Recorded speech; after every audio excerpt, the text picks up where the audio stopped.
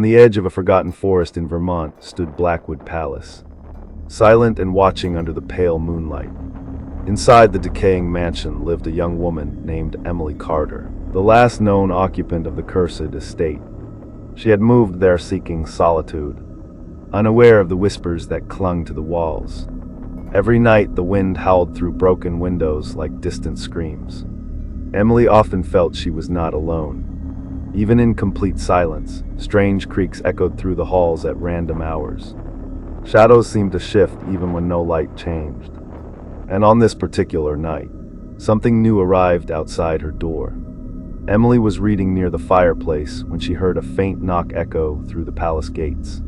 It was slow, deliberate, and far too loud to be mistaken for the wind. She froze, her breath catching as the sound came again. No one had visited Blackwood Palace in years. Gathering courage, she stepped toward the window overlooking the entrance. Through the fog, she saw a tall figure standing motionless. Its face was hidden, its presence unnatural. The knocking stopped, but the silence that followed felt even heavier. She told herself it must be a traveler lost in the woods. But deep down, she knew better. The stories she had ignored began to surface in her mind. People had claimed something wandered these grounds at night. Emily locked every door and window, her hands trembling as she turned away. She heard footsteps not outside, but inside the palace. Slow, dragging footsteps echoed from the corridor. Her heart pounded as she realized something had already entered. And whatever it wasn't human. The lights flickered violently as Emily backed into the main hall. The air grew colder, each breath visible in a dim glow. She called out, her voice shaking. But no answer came. Instead, a soft whisper brushed past her ear. It sounded like her name, but distorted and broken. She spun around, finding nothing but darkness. Then, from the far end of the hall, a shadow detached itself from the wall. It moved toward her, slow and unnatural. Emily ran upstairs, her footsteps echoing loudly against the wooden stairs. She slammed her bedroom door and pushed furniture against it. The knocking returned, but now it was right outside her door. Each knock grew louder, more aggressive. The walls seemed to tremble with every hit. She covered her ears, but the sound pierced through her mind. Suddenly, everything stopped. The silence returned, deeper than before. Thinking it was over, Emily slowly moved away from the door. But then she heard breathing, heavy and uneven, coming from behind her. She turned around slowly, her body frozen with fear. In the corner of the room stood the figure from outside. Its face was still hidden, but its presence filled the room. It tilted its head unnaturally. As if studying her, Emily couldn't scream. Couldn't move. The figure took a step closer. As it approached, the temperature dropped even further. Frost began forming on the windows and walls. Emily felt her strength fading, as if something was draining her energy. The figure raised its arm slowly. Pointing toward her, a whisper echoed again. Louder this time, it wasn't just her name, it was a warning. Or perhaps a claim. Emily collapsed to her knees, unable to resist.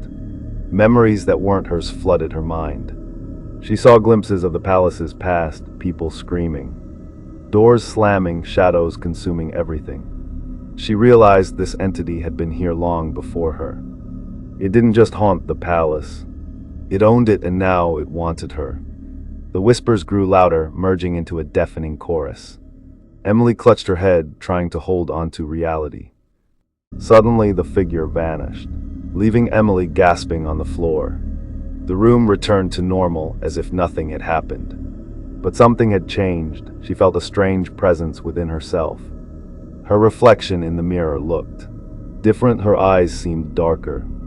Emptier, she touched her face, unsure of what she was becoming. The palace was no longer just around her, it was inside her. That night, Emily couldn't sleep. Every shadow felt alive, every sound amplified. She heard footsteps again, but this time, they matched her own movements. It was as if something was following her from within. She tried to leave the palace, but the doors wouldn't open, the windows refused to break.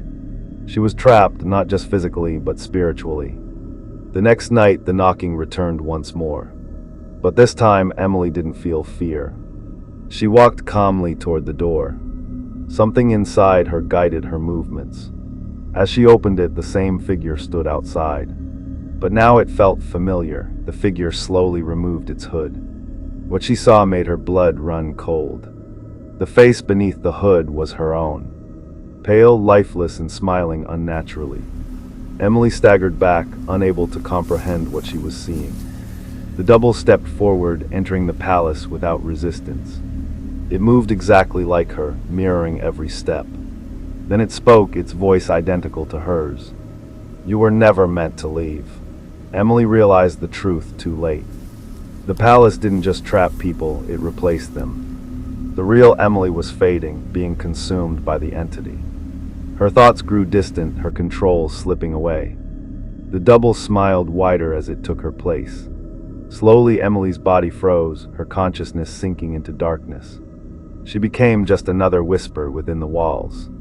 Days later, the palace looked the same as always, silent and abandoned. But inside, someone still lived there. A girl sat by the fireplace, reading calmly.